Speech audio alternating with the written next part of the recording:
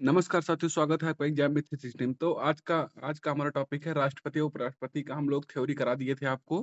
तो अब हम उसके एमसीक्यूज थोड़ा कम कराए थे, इसलिए आज हम जो सिर्फ एमसीक्यूज राष्ट्रपति और उपराष्ट्रपति के सिर्फ एमसीक्यूज कराएंगे। ठीक है, तो क्लास को स्टार्ट करते हैं। देखो, पहला है निम्नलिखित में से कौन सा निम्नलिखित में से कौन सा अनुच्छेद अनुच्छेद 53 से संबंधित नहीं है। निम्नलिखित में से कौन सा अनुच्छेद 53 से संबंधित नहीं है। अनुच्छेद 53 से संबंधित नहीं है। कौन सी? संघ की कार्यपालिका शक्ति प्रधानमंत्री में निहित होती है। ये प्रधानमंत्री में नहीं, किसमें निहित होती है? राष्ट्रपति में निहित होती है। अगला क्या है? अगला है संघ की कार्यपालिका शक्ति राष्ट्रपति में निहित होती है, उनका प्रयोग संविधान के अनुसार किया जाता है। कार्यपालिका शक्ति संसद में निहित होती है, गलत। कार्यपालिका की शक्ति सर्वोच्च न्यायालय में निहित, गलत। इसमें इसका ऑप्शन क्या हो जाएगा? इसका ऑप्शन बी। क्या हो जाएगा? बी। क्या हो जाएगा? बी। इसका क्या ऑप्शन हो जाएगा? Option B. संघ की कार्यपालिका शक्ति का प्रयोग राष्ट्रपति उसके अनुसार करता है। अगला क्वेश्चन है, संघ की कार्यपालिका शक्ति किसमें निहित होती है? तो संघ की कार्यपालिका शक्ति किसमें निहित होती है? बताओ। तो क्या प्रधानमंत्री में, या राष्ट्रपति में, या लोकसभा अध्यक्ष में, या उपराष्ट्रपति? तो किसमें निहित होती है? उपराष्ट्रपति में। किसमें? उपराष्ट्रपति में। अगला है, राष्ट्रपति अपनी कार्यपालिका शक्ति का प्रयोग किसके माध्यम से करते हैं?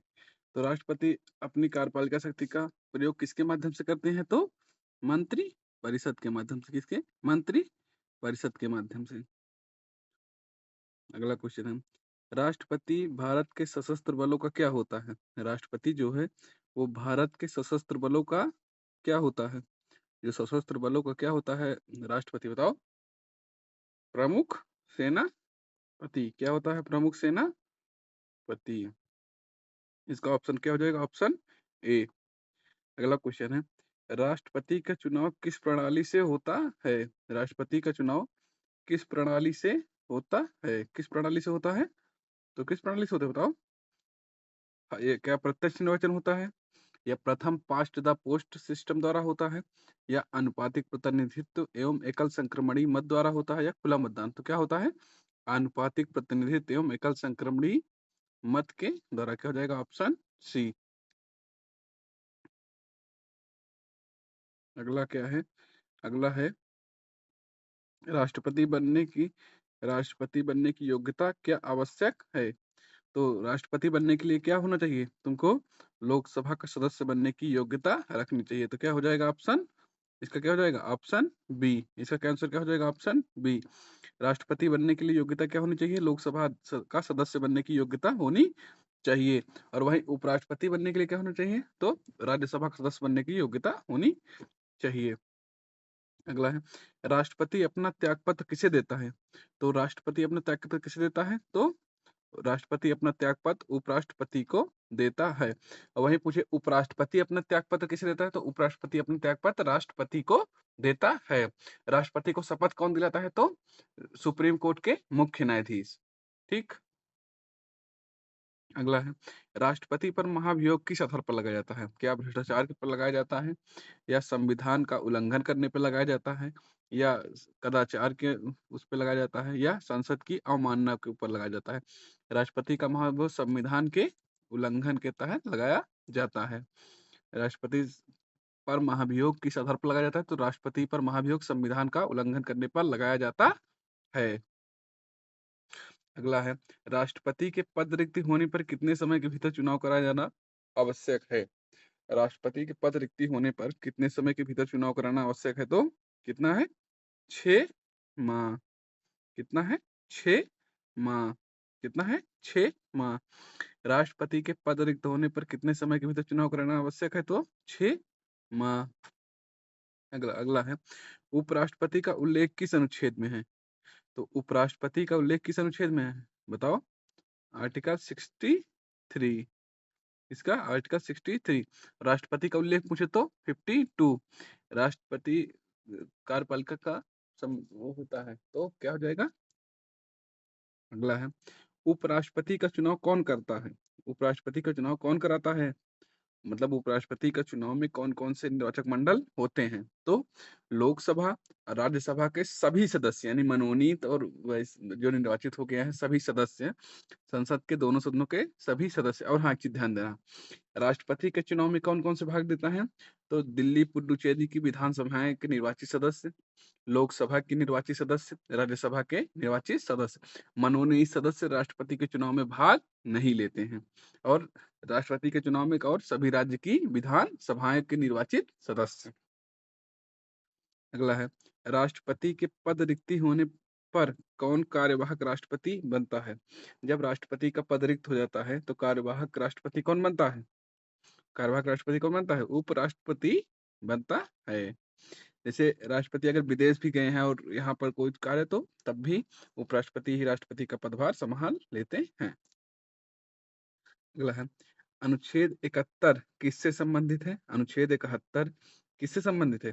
तो अनुच्छेद 71 किससे संबंधित है? राष्ट्रपति की क्षमता शक्ति से या राष्ट्रपति एवं उपराष्ट्रपति चुनाव संबंधित विवाद से या राष्ट्रपति का कार्यकाल से या उपराष्ट्रपति का त्यागपत्र। तो किससे संबंधित है? राष्ट्रपति एवं उपराष्ट्रपति के चुनाव से संबंधित विवाद के लिए। अगला है, राष्ट्रपति का पद के लिए उम्मीदवार में कौन सा संबंधित नहीं है? क्यों? राष्ट्रपति पद के लिए उम्मीदवार के संबंध में कौन सा कथन सही नहीं है? तो इसमें क्या हो जाएगा? उसकी आयु 35 वर्ष वर्ष हो। राष्ट्रपति के उम्मीदवार के लिए क्या होना चाहिए? लोकसभा का सदस्य होना राष्ट्रपति का निर्वाचन लड़ने के लिए लोकसभा का सदस्य होने की योग्यता होनी चाहिए। तो लोकसभा की योग्यता क्या यानी 25 वर्ष, लेकिन राष्ट्रपति के लिए क्या 35 वर्ष। वही लोकसभा सदस्य हाँ, ये भी सही है। वह भारत का नागरिक हाँ और संसद के वर्तमान सदस्य होना अनिवार्य है। तो ये इसकी अर्हता नहीं है। ठीक, अगला क्वेश्चन देखते हैं। राष्ट्रपति के महाभियोग के संबंध में कौन सा कथन सही नहीं है? कौन सा कथन सही है? इसमें कथन देखा जाए कौन सा कथन सही है। तो इसमें महाभियोग केवल लोकसभा में लाया जा सकता है? नहीं। केवल राज्यसभा में लाया जा सकता है? नहीं। संसद के किसी भी सदन में प्रारंभ किया जा सकता है? देखो, राष्ट्रपति पर महाभियोग संसद के किसी भी सदन में पहले आ सकता है, लेकिन 14 दिन पूर्व सूचना देकर। और वहीं अगर राज्यसभा के लिए पूछा जाए तो अरे मतलब उपराष्ट्रपति के लिए पूछा जाए तो सिर्फ और सिर्फ राज्यसभा में ही आ सकता है 14 दिन पूर्व सूचना देकर। अगला क्या क्वेश्चन का है? निम्नलिखित में किस स्थिति में उपराष्ट्रपति राष्ट्रपति के रूप में कार्य करते हैं? किस स्थिति में? राष्ट्रपति विदेश यात्रा पर हो? हाँ, करते हैं। राष्ट्रपति का पद रिक्त हो? हाँ, करते हैं। राष्ट्रपति बीमार हो तब भी करते हैं। तो इसका क्या आंसर है? आंसर उपयुक्त सभी। अगला है, निम्नलिखित में से कौन राष्ट्रपति के निर्वाचन मंडल का सदस्य सदस्य नहीं होता? कौन नहीं होता? बताओ। कौन नहीं होता बताओ? कौन सदस्य नहीं होता? तो लोकसभा के निर्वाचित सदस्य होते हैं, राज्यसभा के निर्वाचित सदस्य होते हैं, राज्य की विधानसभाओं के निर्वाचित सदस्य राष्ट्रपति के चुनाव में भाग लेते हैं, तो राज्यसभा के मनोनीत सदस्य भाग नहीं लेते हैं। अगला क्वेश्चन है, निम्नलिखित कथनों पर विचार करें। निम्नलिखित सॉरी भारत की समस्त कार्यपालिका शक्ति राष्ट्रपति में निहित है। क्या यह कथन सही है? हाँ, बिल्कुल सही है।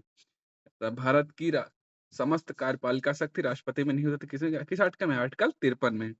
राष्ट्रपति इन शक्तियों का प्रयोग संविधान के अनुसार स्वयं अथवा अपने अधीनस्थ अधिकारियों के माध्यम से करता है। उपयुक्त में से कौन सा कथन सही है? तो एक और दो दोनों सही है। ठीक, राष्ट्रपति के निर्वाचन मंडल के संबंध में निम्नलिखित कथनों का कौन सा सही है? कथन सही है।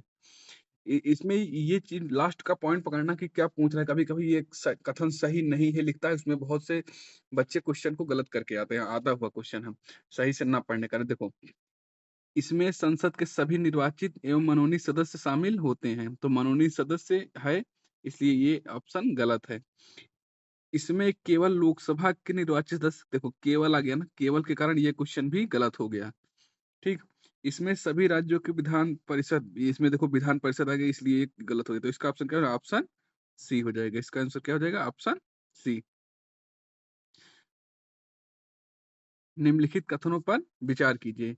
राष्ट्रपति पर महाभियोग संसद के किसी भी सदन में प्रारंभ किया जा सकता है। क्या ये कथन सही है? हाँ, शत प्रतिशत सही है। राष्ट्रपति पर महाभियोग चाहे लोकसभा में लाएँ, चाहे राज्यसभा में लाएँ, लेकिन 14 दिन पहले पूर्व सूचना देकर लाया जाता है। महाभियोग प्रस्ताव पारित होने के लिए संसद के कुल सदस्य संख्या के बहुमत तथा उपस्थित एवं मतदान करे सदस्यों का 2/3 बहुमत की आवश्यकता होती है। क्या ये कथन सही है? तो हाँ, ये कथन शत प्रतिशत सही है। क्या हो जाएगा? ऑप्शन सी।